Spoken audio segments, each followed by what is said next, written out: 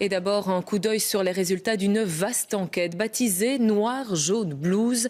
Elle révèle une société habitée par la peur. Martin Biltereis, une société belge qui stigmatise et rejette l'islam et la communauté musulmane. Oui, Nathalie, les chiffres sont là, ils peuvent choquer, mais voilà, 6 personnes sur 10 voient la communauté musulmane plutôt comme une menace pour l'identité de notre pays. Le même nombre pense que l'islam n'accepte pas les autres religions. Autre résultat, pour 74% des gens, la religion musulmane n'est pas tolérante et cherche à imposer son mode de fonctionnement aux autres. Et le chiffre le plus interpellant peut-être, et c'est sans doute celui-ci, 7 personnes sur 10 pensent tout simplement que l'islam n'est pas compatible en Belgique.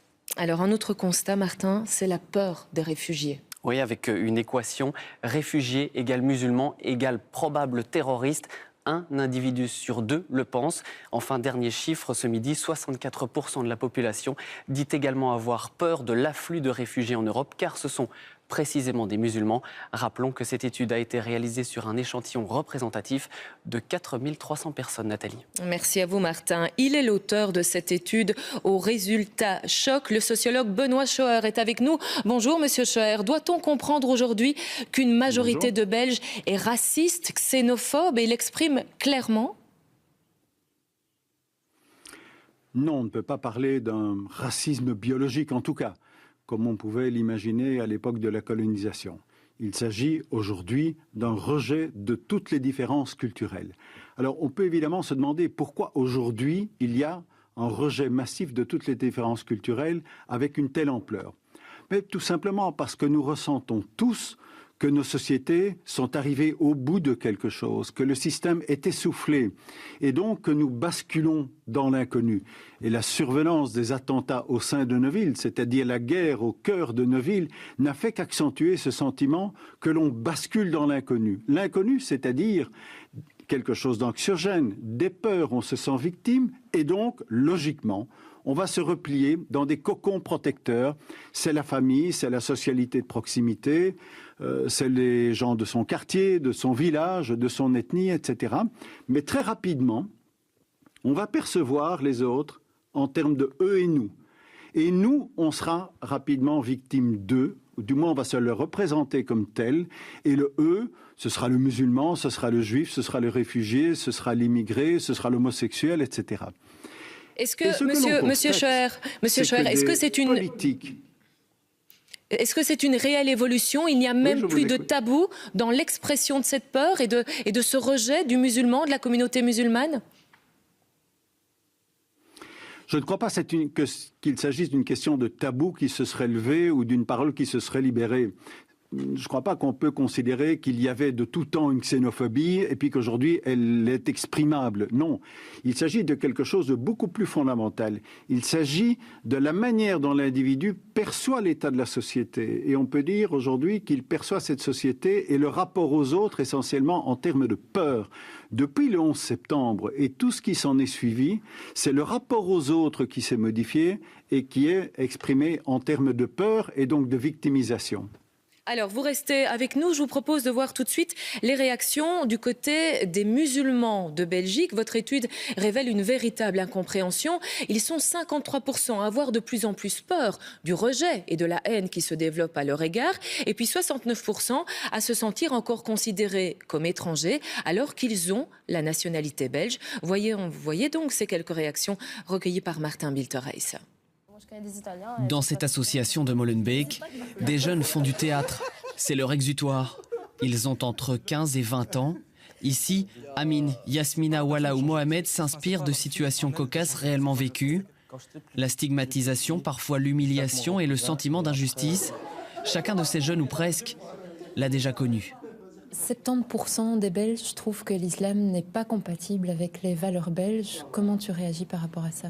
Si pour vous, les valeurs belges, c'est travailler, gagner de l'argent, payer ses impôts, etc., bien sûr que l'islam, c'est compatible avec ces valeurs. Parce que les musulmans, notre religion ne nous interdit pas de travailler, au contraire.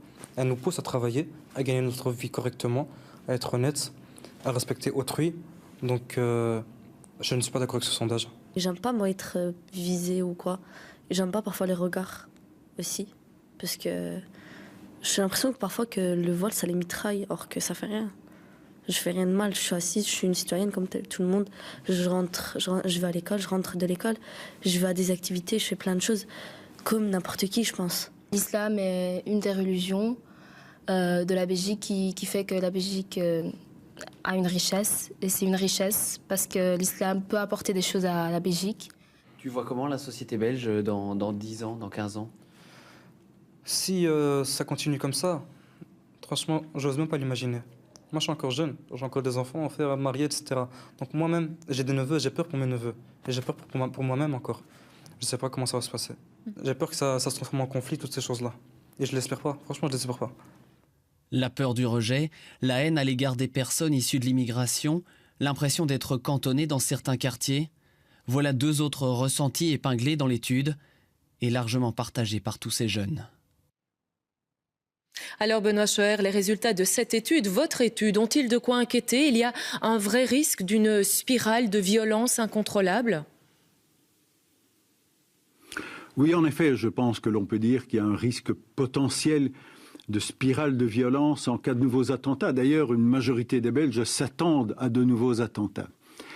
Pourquoi y a-t-il ce risque de spirale? Parce que des deux côtés, du côté musulman et du côté non musulman, il y a de petites minorités, moins de 10% des individus qui sont chauffés à blanc. Alors par rapport à ce constat, il y a 2 attitudes.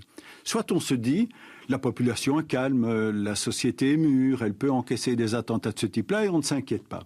Soit, et je trouve que c'est l'attitude la plus raisonnable, on se dit que même si le risque est infime, il nécessite d'être géré. Gérer ce risque-là, ça signifie faire de la prévention. Et je trouve que jusqu'ici, il y avait une idée qui était exprimée par Matteo Renzi, hélas, il ne l'a pas mis en œuvre, qui était, dans un tel contexte, chaque euro mis pour la sécurité, il faudrait également le compléter par un euro mis pour le travail culturel, le travail idéologique.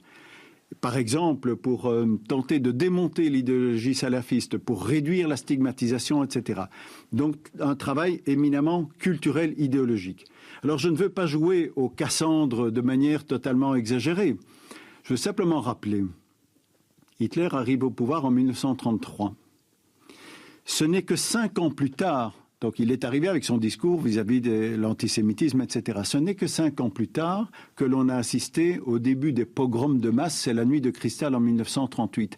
Autrement dit, avant le passage à l'acte violent, il y a tout un travail sur les mots qui doit être fait, sur l'idéologie, un travail culturel. Benoît Schoer, merci. Voilà donc pour le recul pris avec l'auteur de cette étude. Merci à vous. Et pour en connaître tous les détails, tous les résultats de cette étude menée en collaboration avec la RTBF et Le Soir, eh bien n'hésitez pas à surfer sur notre site internet rtbf.be/info.